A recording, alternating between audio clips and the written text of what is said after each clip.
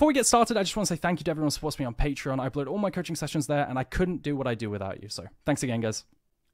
So about 7 or 8 years ago, we used to have a meta in competitive play where we would swap our bot lanes. One goes top lane, one goes bot lane, and they would race each other to take first blood turret. Now, this resulted in terrible games for top laners, right? This was not a good time to be a top laner competitive. You would have to share XP and resources with your bot lane as you group up with them to race for the turret, or you would try and hold 1 versus 2.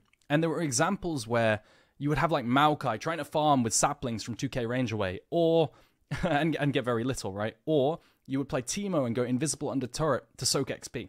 Now, the game has changed a bunch since they had these lane swaps, right? It's been 8 years, but a big part of what they did to counteract these lane swaps so it wouldn't be in professional play again is introduce fortification. And what this is it reduces all damage that a turret takes by 50%. So if a bot lane decided to swap to top side, they would always be slower than the bot lane down in bot. So bot laners just went bot side, right?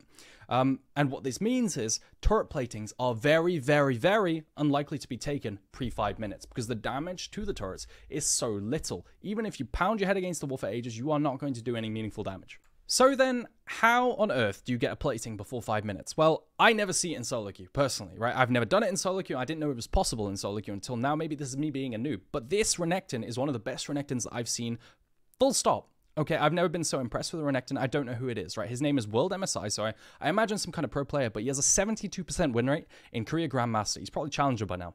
Now, what he's going to do is he's in a matchup where he has full control. Now, this is very crucial. This is not something you can do every single game, right? If you're into Darius and you're trying to faff around near platings at 3 minutes into the game, you're going to get run down, right? So it has to be a matchup where you're in full control, and you can apply this to almost any champion, right? Having a lot of wave clear also helps, so maybe not so much Fiora or Camille type deals, but if you have a decent amount of wave clear and you can crash whenever you want to in a matchup, as long as you can take the correct trades, this is a good strat for you. Now, in this matchup, Renekton vs K'Sante, you can almost always come out on top in terms of the push, because Renekton has way more AoE, has way better trades early, has Conqueror, and just superior trading in general. So let's take a look at what he does. He takes correct trading, he spaces Qs, he lands Qs on more minions, and gets the push. Now, I'm going to skip ahead. What he's going to do now is he's going to line up for a 3-wave crash, okay? And this isn't groundbreaking, right? This is absolutely not groundbreaking. He takes the correct trades, short trades, not taking extended trades versus K'Sante Q3, in order to get the priority. He doesn't trade in the middle of the wave as to not over-push it, right? Because Renekton Q can over-push using AoE. He's going to wait for the 3rd wave. Nice little proactive level 2 trade here. 3rd wave is here. Really big Conqueror trades. Now he has full control, right? Now, K'Sante can sit back and play with all the sustain he has, but Renekton essentially has full control, and max range Q is really nice. And he's going to crash the 3rd wave here. Now, what are some important, crucial bits of information to note? Demolish has a 45-second cooldown, okay? And another timer that you need to know as well is that waves come every 30 seconds. So is he going to crash every single wave? The answer is no. So he's going to crash this one, and what you do when you want to take a Demolish proc in someone's face is you go up when they're going to last it, right? So you know where they're going to be, and they're not going to threaten you. Of course, this also has to be a champion that you're not scared of running you down, and you path around, right? And this way you kite whilst the Demolish procs tick down, and eventually you can just hit it and get the tower. Now, some people would go for example, a proxy here, right? But not this guy. He's actually going to let it push back into him, and we're going to see why. Demolish proc, right? Doesn't do any damage because it's pre-5 minutes. Now, what's his plan? Well, he's actually going to let the wave push back into him. Okay, he's not going to proxy. He's not going to clear the wave. He's actually going to hold it here. What can he do when he's here? Okay, so this is wave 4. Wave 4, right? 3 minutes.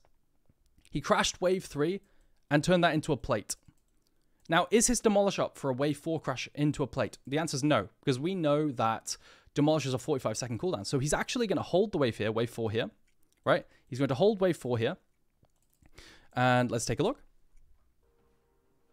And what he's going to do in the meantime is going to kind of soft freeze it and deny CS from K'Sante. This is like the most he can do right now. K'Sante can get XP, but he's going to trade onto the K'Sante. Be careful not to push the wave too much.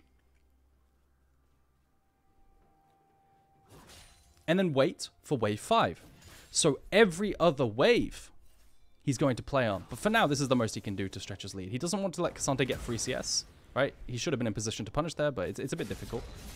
But now, he doesn't care about aiming the wave because he actually wants to push this. His Demolish cooldown will be up again because, remember, a wave is every 30 seconds and Demolish is 45. So if after 2 waves, your Demolish is up again. And what he's doing is he's only crashing waves when his Demolish is up.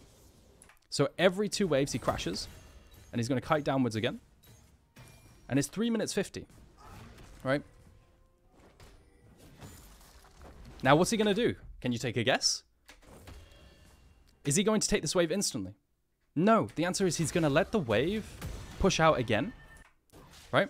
And he's going to like soft hold it here. He can trade like this in AoE and push a little bit because the cannon is tanky, right?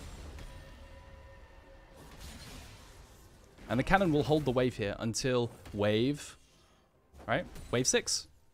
Sorry, wave 7. So wave 6 was his cannon. Now he's going to crush this wave 7 wave. And his demolish will be up again because it's been a minute since the last demolish. And now at 4 minutes 45, he can get a plating. Why does this matter? Right? Why does this actually matter? Well, now he forces a Cassante recall. He actually manages to get another crash, forces Cassante TP. And he has way more gold to play with. He has 41 CS. Also, a byproduct of perma-pushing into the turret, not perma-pushing, right? Crashing on demolish procs, is that the Cassante is pressured to try and harass the Renekton off of getting demolish procs, and that way losing CS, as well as having to farm under tower, which is also hard. So you just naturally lose a lot more CS than if you were farming not with a tower's influence, right? So he's going to come back to lane. Huge recall. Whip plus refill. And because of this whip advantage, right, he's actually going to come out ahead in a 1v2. Now, of course, this is also him playing, like, much better. Oh, he just 1v1s, actually. I'm misremembering. Still, you get the point. You can actually, in perma-push matchups, rather than pushing in every single wave, you can push every other wave, and that way, every other wave is 1 minute. Cooldown of demolish is 45 seconds, and you can secure a plating before 5 minutes. Hope this was helpful, guys. See you later.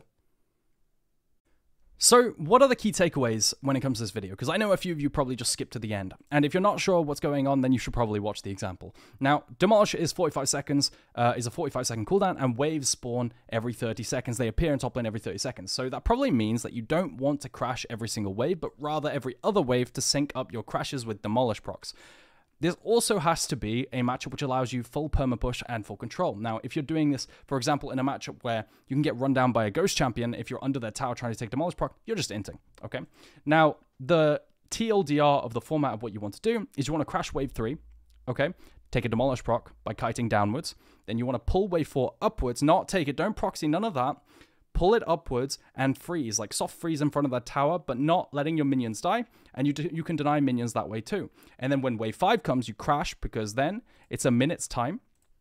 Okay, from wave 4 to wave 5, it's a minute's time. You crash that and demolish will be up again. And then you pull wave 6, you soft freeze again. Then you crash wave 7, demolish is up again. And by then, you've done enough damage to the turret with 3 demolish procs pre 5 minutes that you've secured a plating at 445. Now, why is this so useful? Well, it actually gives you, in some matchups where, for example, you're against a really good top lane that you can't solo kill, this gives you a guaranteed plating and a stronger level 6 by wave 9, because that's when you get R, for all-ins, and a likely TP advantage. So I hope this was helpful, guys. If this has confused you, I recommend watching the full video. Cheers.